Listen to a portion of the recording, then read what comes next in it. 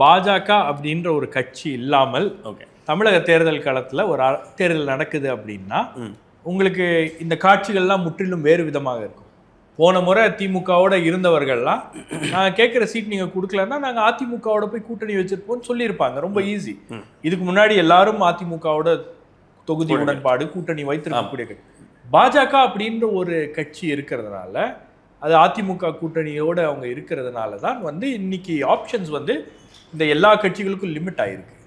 இப்போ இந்த ஆப்ஷன்ஸே இல்லை, அவங்க விஜய் பக்கமும் போக முடியாது அப்படின்ற ஒரு விஷயத்தை புரிந்து கொண்டு, அந்த பலவீனத்தை புரிந்து கொண்டு தான் திமுக நாங்கள் 5 சீட் தான் கொடுக்க முடியும். மேலே கீழே ஏறி போய் பேசி பார்த்தா கூட 5 சீட்டு தாண்டி கொடுக்க முடியாது அப்படின்னு யாரை சொல்கிறாங்க? உங்களோட இவ்வளவு ஆண்டு காலம் பயணித்த லெஃப்ட் பார்ட்டிஸ். இவர் சொன்னார் இல்லையா, நான் மக்கள் நீதி மையத்துக்கு பேசுகிறாங்க, அவர் அந்த கட்சிக்கு பேசுகிறாங்க. இங்கே பிரச்சனை மக்கள் நீதி மையமோ லெஃப்ட் பார்ட்டியோ விசிக்கோ கிடையாது.